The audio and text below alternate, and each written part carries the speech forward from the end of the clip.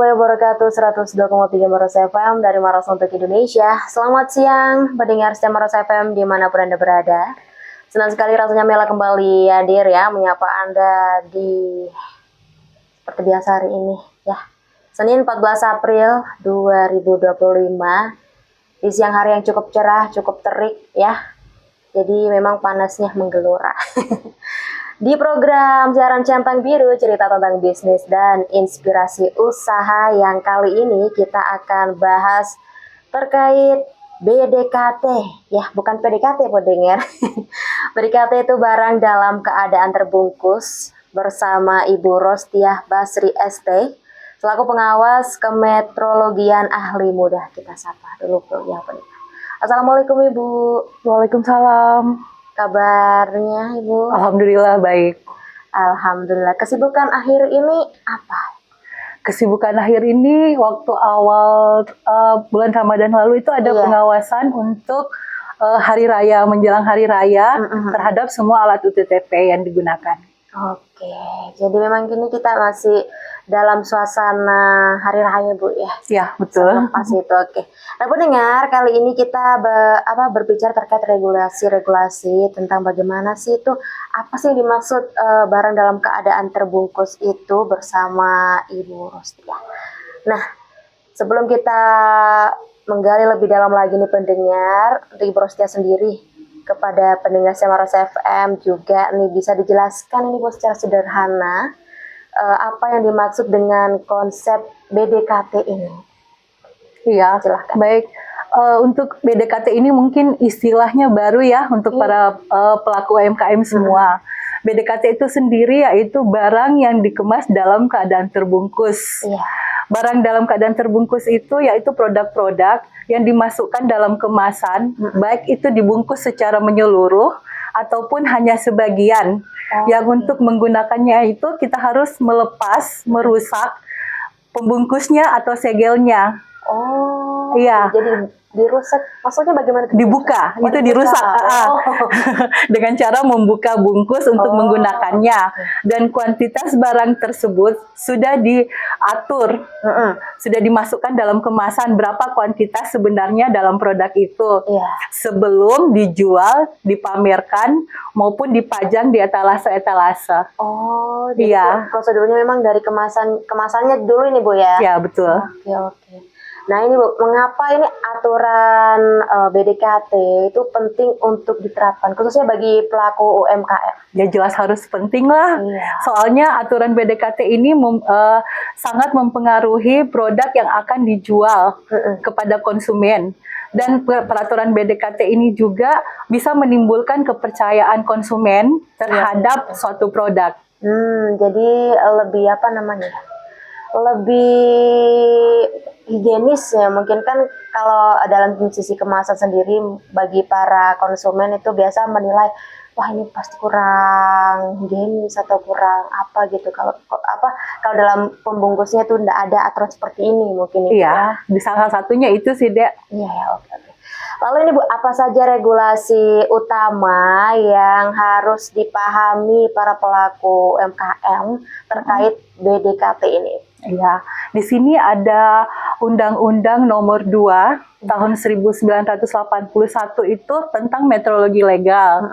Yang kedua, Peraturan Menteri Perdagangan Nomor 26 tahun 2017 tentang pengawasan metrologi legal, dan Peraturan Menteri Perdagangan Nomor 36 tahun 2011 yang mengatur tersendiri tentang BDKT sendiri. Oke, itu dari segi regulasi yang utama ya Bu ya. Betul. Terus kalau kita berbicara tentang informasi nih Bu, informasi apa saja ini yang wajib dicantumkan pada kemasan barang dalam aturan BDKT sendiri? Iya, yang utama itu yang paling penting dalam kemasan BDKT itu nama produk itu tersendiri. Misalnya keripik apa, terus jenis-jenis produknya apa, nama dan kuantitas barang tersebut, berapa beratnya. Yang ketiga itu nama dan alamat perusahaan. Jadi Ya. kalau misalnya ada konsumen yang keberatan dengan kuantitas barang tersebut, di label itu kan sudah ada nama dan alamat perusahaan, Ya, jadi betul. bisa komplain langsung ke perusahaannya. Oh iya betul, karena sudah jelas ya Bu Iya, ya. betul. Iya, iya, oke, oke. Jadi itu informasi wajib yang harus ada dalam labelnya. Iya, betul. Oke. Nah, seperti itu ya pendengar. Lalu ini bagaimana cara memastikannya nih Bu, kemasan produk UMKM yang sesuai dengan standarisasi BDKT sendiri? Iya. Yang untuk memastikan produk tersebut sudah masuk dalam aturan BDKT itu, kita melihat kuantitas barang. Apakah memang sudah sesuai dengan kuantitas yang tertera pada label kemasan tersebut. Misalnya tertera barang tersebut 1 kilo, gula 1 kilo. Apakah benar itu sudah 1 kilo atau tidak? Ya, jadi Minyak ditelaah lebih lanjut lagi Bu ya. betul. Terus yang kedua, untuk memastikan aturannya, tinggi huruf dan dalam kemasan itu juga sudah diatur dalam peraturan BDKT. Misalnya tinggi huruf kuantitas, kilogramnya itu penulisannya juga harus sesuai dengan aturan yang tercantum dalam peraturan BDKT. Oh iya, iya, iya. Jadi memang semuanya harus istilahnya dibongkar ulang supaya ini betul-betul akurat dari segi berat ya Bu, komposisinya juga ya. Lalu apakah ada nih Bu pengecualian atau kategori tertentu yang tidak termasuk dalam regulasi BDKT? Iya, ada deh. Misalnya barang-barang yang dikemas itu yang jangka waktunya tidak melebihi dari 7 hari. Itu tidak termasuk dalam aturan BDKT. Oh iya. Bagaimana itu Bu? Seperti kue-kue tradisional yang dikemas itu. Oh iya, iya. Ya kan? Itu kan dalam kemasan juga, tapi itu tidak perlu mengikuti peraturan BDKT. Karena itu tidak bertahan lama. Iya, karena kan non pengawet ya istilahnya. Iya, betul. Iya, jadi maksimal mungkin 1 mingguan lah ya, 7 hari. Iya, tidak melebihi dari 7 hari. Dari 7 hari. Betul. Kayak keripik itu sudah harus menggunakan aturan BDKT.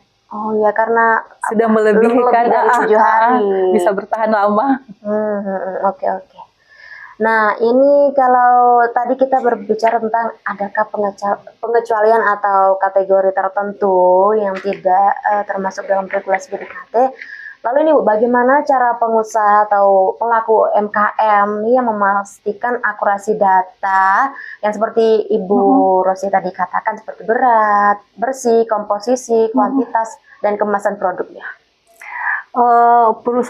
Pengusaha UMKM itu harus melakukan kalibrasi, verifikasi, timbangan yang digunakan untuk mengemas produknya.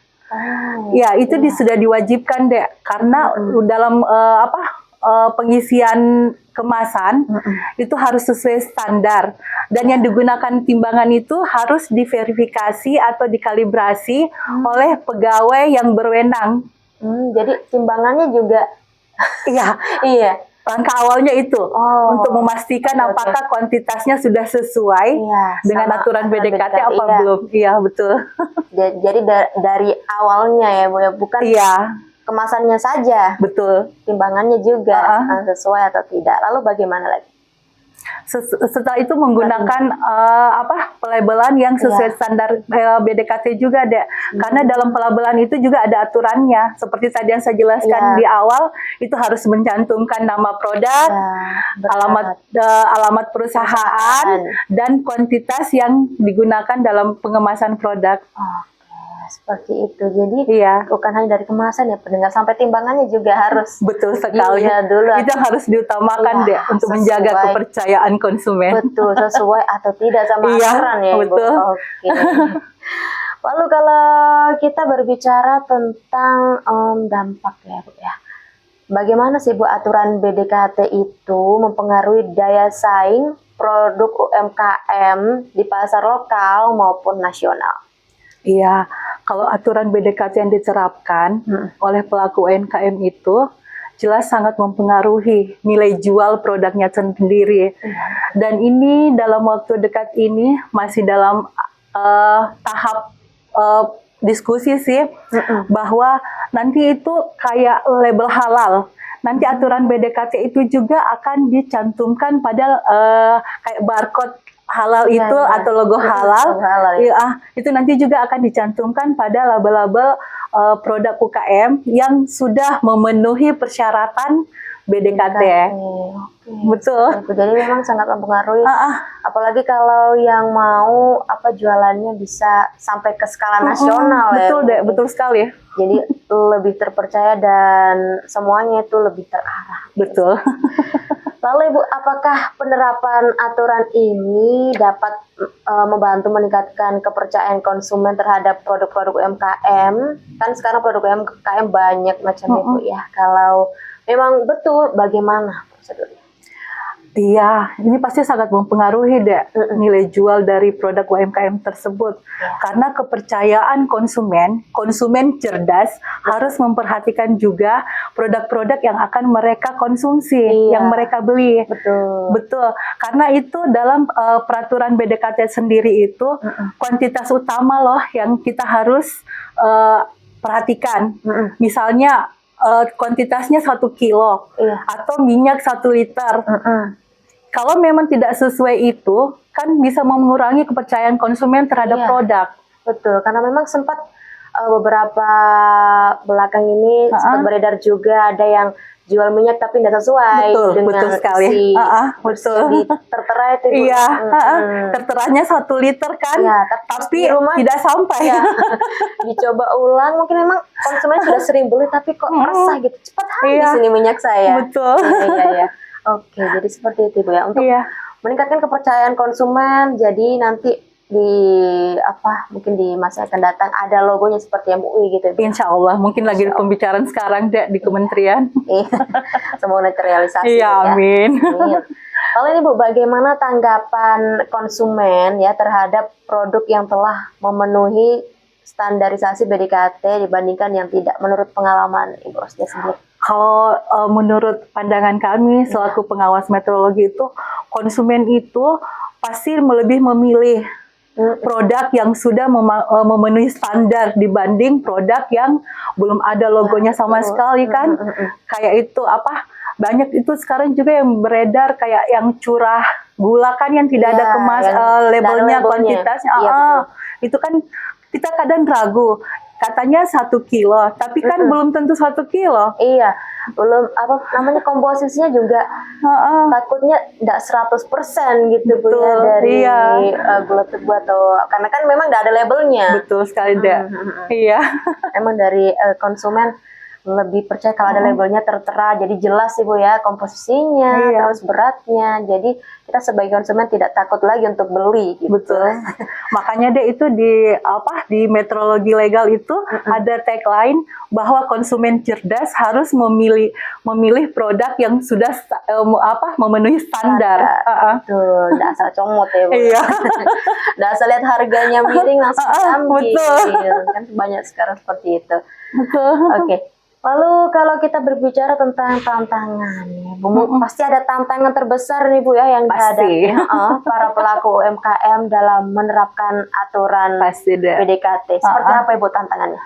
Yang kami selalu berbincang-bincang dengan pelaku UMKM itu yang utama itu pastilah faktor anggaran deh untuk membuat kemasan yang sesuai dengan aturan BDKT. Yang kedua itu penerapan digitalisasi terhadap produk UMKM tersebut. Iya.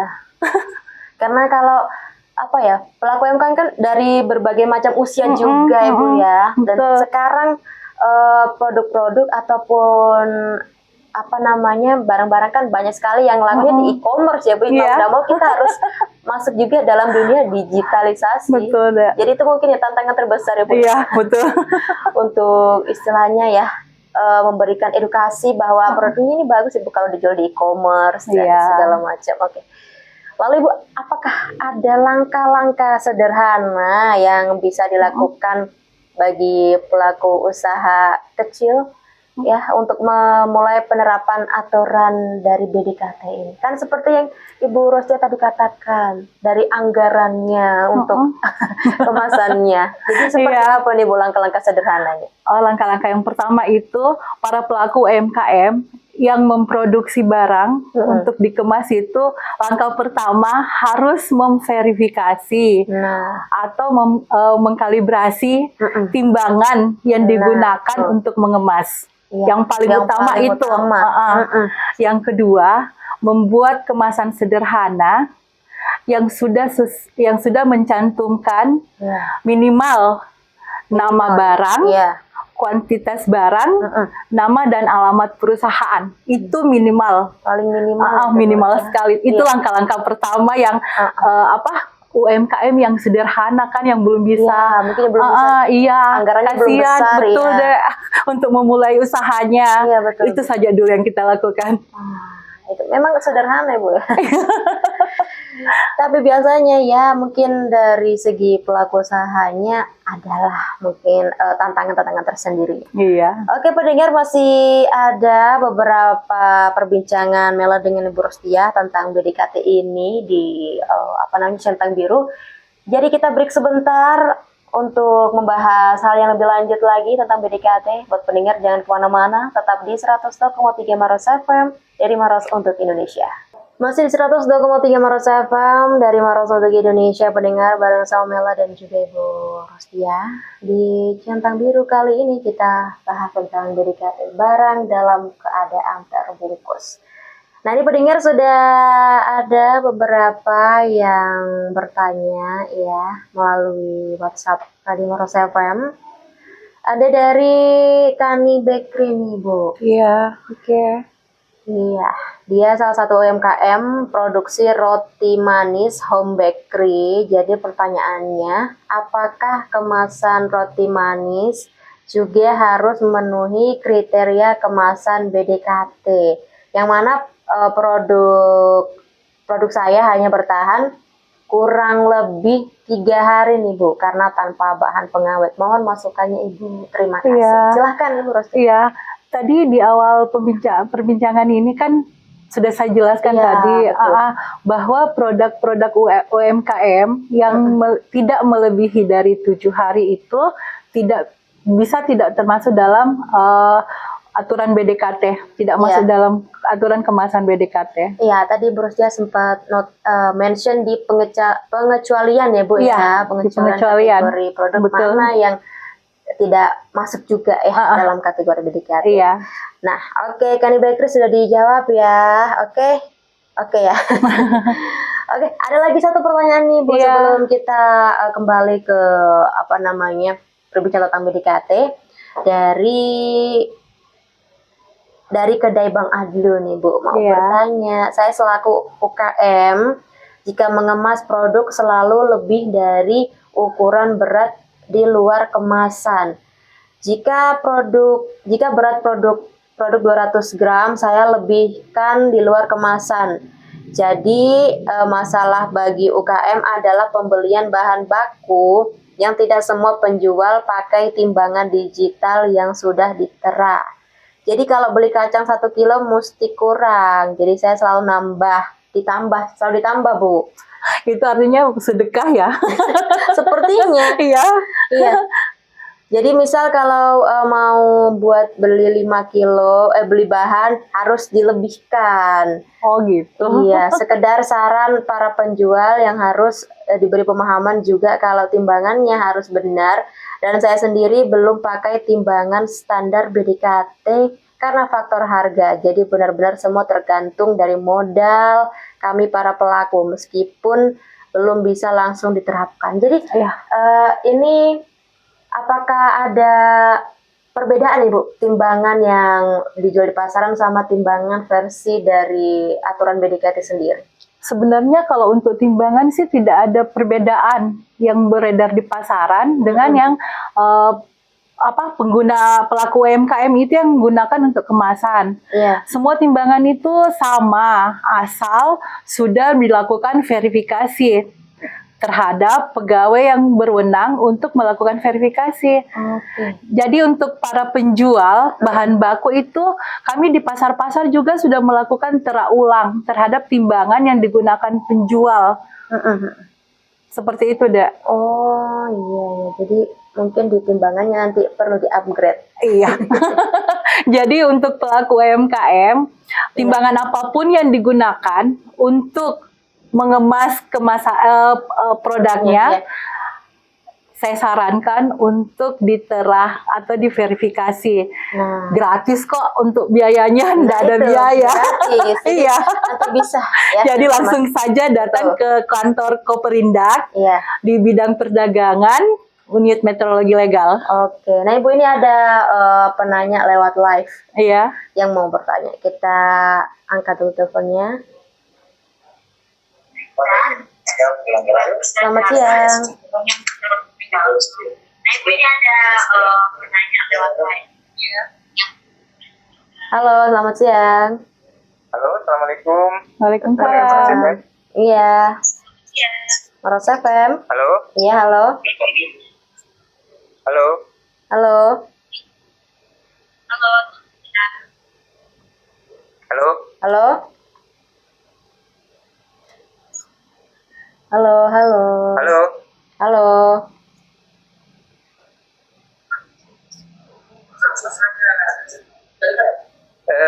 Ini saya mau bertanya, Iya.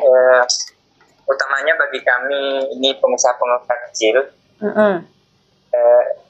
apa upaya dari Dinas Koperindak untuk mendorong pelaku usaha untuk memenuhi standar BDKT? Utamanya ke kami ini para pengusaha-pengusaha kecil kan kebanyakan terkendala dengan permodalan ketika ini memperbaiki kemasan produk-produk kami ini. Mm-mm. Yang biasanya kami kan kebanyakan cuma memakai kantong plastik biasa misalnya. Jadi Oke. apakah ada upayanya dari dinas-dinas Koperindak ini untuk mendorong pelaku usaha seperti kami ini? Terima Oke. kasih Mbak Mila. Oke, terima kasih. Dari siapa ini?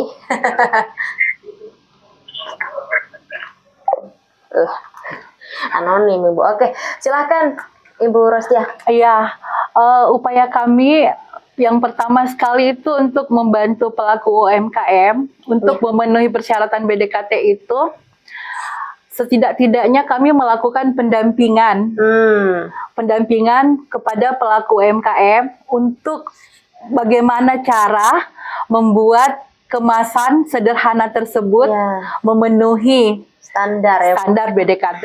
Oke. Seperti yang Ibu katakan tadi ya, standarnya itu harus labelnya minimal ada Betul tiga, sekali, Dek. apa tadi Bu ya? 3, nama produk, Nama produk, nama dan alamat perusahaan, Iya. dan kuantitas produk Kuantitas. tersebut. Jadi memang cukup sederhana ya Bu Iya. sebenarnya. Jadi kalau misalnya ada pelaku UMKM yang minat Iya. untuk didampingi, bagaimana bisa memenuhi standar, walaupun itu masih sederhana ya, Mm-mm. itu bisa datang langsung ke kami. Oke, gratis Bu. Gratis. Nah, ya, Betul. tinggal datang. Iya, tinggal datang saja. Oke Bu, kalau kita berbicara tentang bagaimana peran pemerintah ya atau lembaga terkait dalam membantu UMKM ini memahami dan mematuhi aturan dari BDKT. Itu salah satunya itu kami memberi edukasi, Mm-mm. pendampingan, Mm-mm. sosialisasi Iya. kepada pelaku UMKM yang melakukan pengemasan produk UMKM-nya.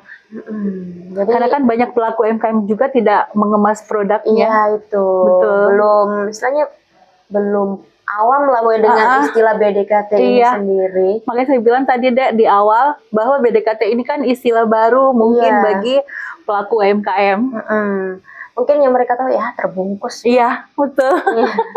Bersih terbungkus jadi sisa dijual belikan, padahal ada aturan baru yang Iya. memang bisa menaik levelkan ya produk betul. barang jualannya sendiri. Dan ini juga ada payung hukumnya kan. Kalau Iya. mereka tidak memenuhi persyaratan itu, produknya bisa ditarik dari peredaran. Oh, nah Iya. ini perlu dipahami juga Betul. ya Bu, oleh para pelaku UMKM. Jangan sampai mereka tidak tahu informasi terbaru ini. Iya. Jadi saat ditarik mereka malah kaget Betul. juga.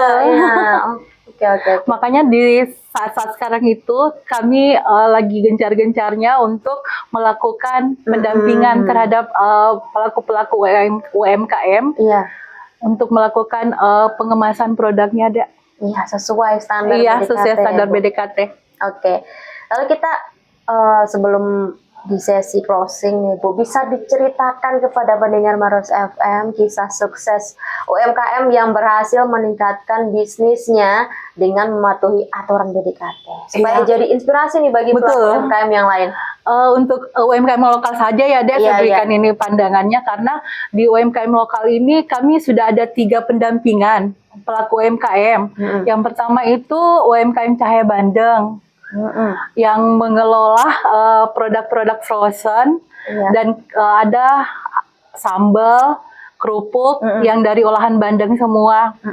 Yang kedua Dapur Aisyah. Dapur Aisyah itu mengelola cemilan, kerupuk jintan, stik keju. Itu kami sudah melakukan pendampingan dan alhamdulillah kemasannya itu sudah memenuhi standar BDKT. Karena dari Balai Standarisasi Metrologi Legal sendiri itu sudah terjun langsung melihat proses pengemasan. Iya. Dan sekarang itu produk-produknya mereka sudah masuk ke toko oleh-oleh dan sudah dipasarkan, mungkin sudah keluar dari Kabupaten Maros. Nah, itu. Ya, alhamdulillah. Ya, alhamdulillah. Jadi next level ya Iya. itu produknya. Dikenal bahkan di luar, mungkin di luar Kabupaten Maros ya Bu. Untuk saat ini kan. Saat ini. Jadi ini bisa menjadi inspirasi bagi para pelaku UMKM lainnya Iya. agar turut serta ikut nih. Mari sama-sama kita Iya. membuat produk produk kemasan yang sesuai dengan standar BDKT. Betul, Ibu. Oke, kalau saran utama Ibu Rostia yang mau berikan kepada para pelaku UMKM, ini tadi sudah dijawab, maaf.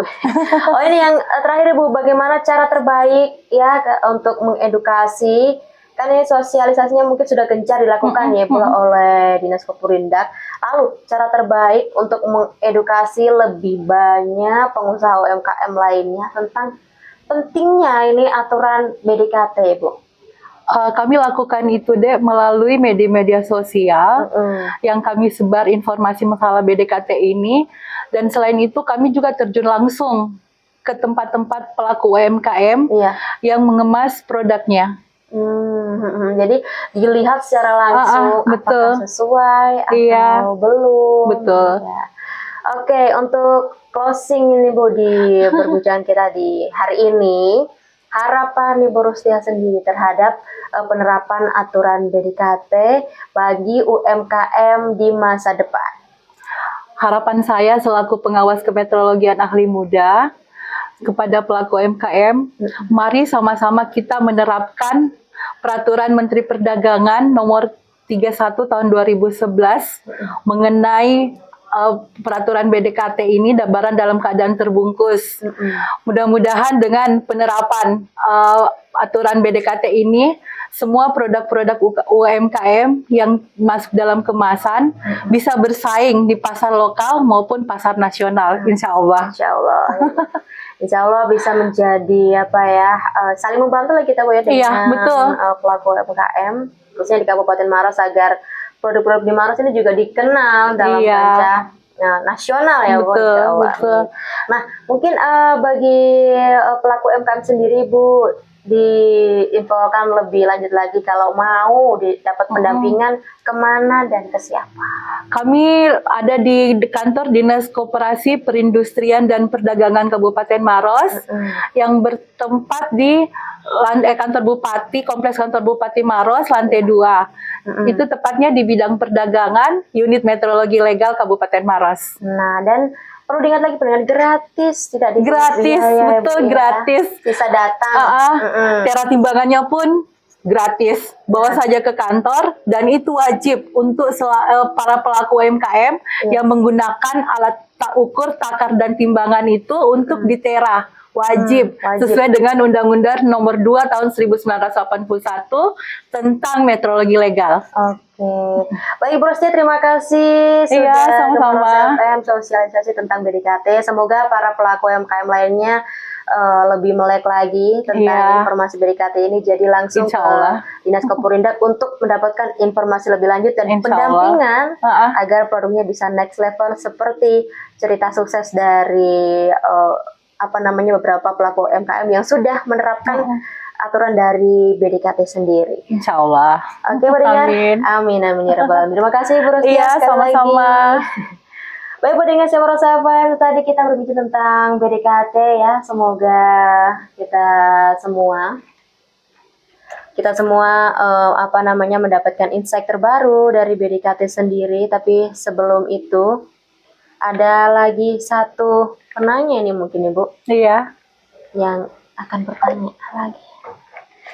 Kita tunggu dulu teleponnya.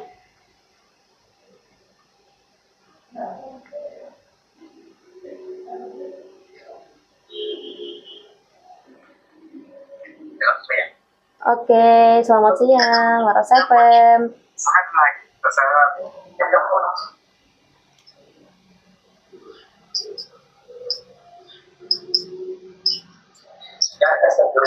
Halo, assalamualaikum. Waalaikumsalam. Waalaikumsalam. Yeah. Pak saya PM Centang Biru. Oke, centang biru. Ya, saya.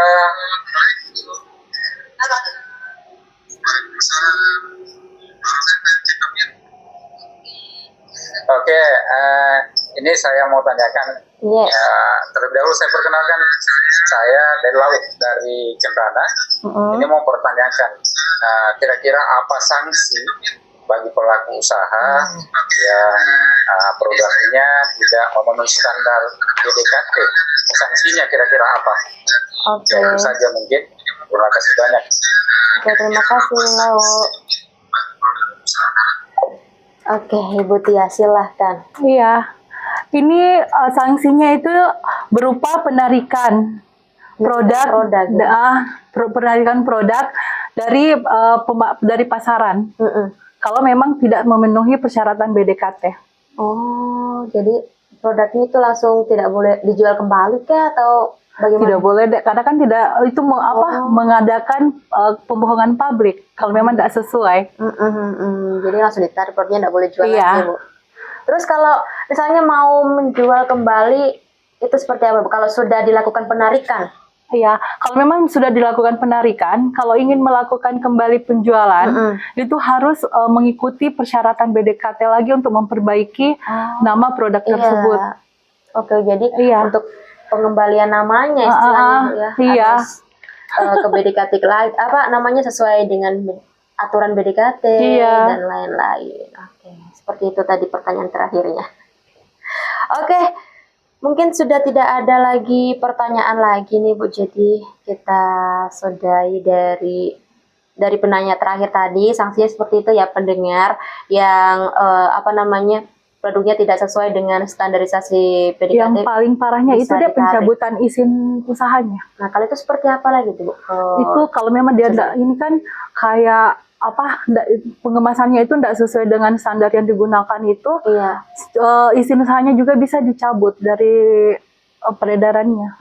Jadi lebih sulit lagi untuk jual kembali ya. Kalau izin usahanya sudah dicabut kan sudah tidak bisa berproduksi lagi. Iya, karena mulai dari nol lagi untuk memulai dan mengembalikan nama ke konsumen, kepercayaan konsumen. Betul. Cukup sulit. Harus menjaga kepercayaan konsumen. Iya, apalagi kan sekarang banyak sekali Bu ya pelaku usaha UMKM, apalagi kalau kita tidak menerapkan kepercayaan, mungkin juga konsumen akan lari. Iya, makanya tadi dari awal saya bilang konsumen cerdas itu harus pandai memilih produk. Iya, harus dilihat dari kemasannya, komposisinya dan lain-lain. Betul sekali deh. Oke, terima kasih Bu Rustia. Iya, sama-sama. Dan juga semoga harapan ke depan yang Ibu Rustia tadi katakan terhadap pelaku UMKM lainnya, ayo turut serta ya pendengar, untuk utamanya bagi pendengar Siang Rosa FM sebagai pelaku UMKM, datang ke kantor Dinas Kopurindak bidang perdagangan untuk melakukan pendampingan dan juga mendapatkan informasi lebih lanjut terkait aturan BDKT sendiri, betul agar sekali. produknya tidak ditarik ya. Iya. Baik, terima kasih Bu Rustia sudah datang ke Rosa FM. Iya. Dan juga pendengar, itu tadi perbincangan Mela dan Ibu Rustia. Semoga bisa menjadi informasi bagi kita semua, edukasi bagi para pelaku UMKM. Istilahnya kita jangan malas, dan juga jangan merem informasi terbaru ya, harus up to date agar produknya bisa mendapatkan nilai yang lebih dan naik level, bahkan dikenal hingga nasional. Saya Mela pamit undur diri dari ruang dengar Anda. Selamat kita bersama. Wassalamualaikum warahmatullahi wabarakatuh. Waalaikumsalam warahmatullahi wabarakatuh.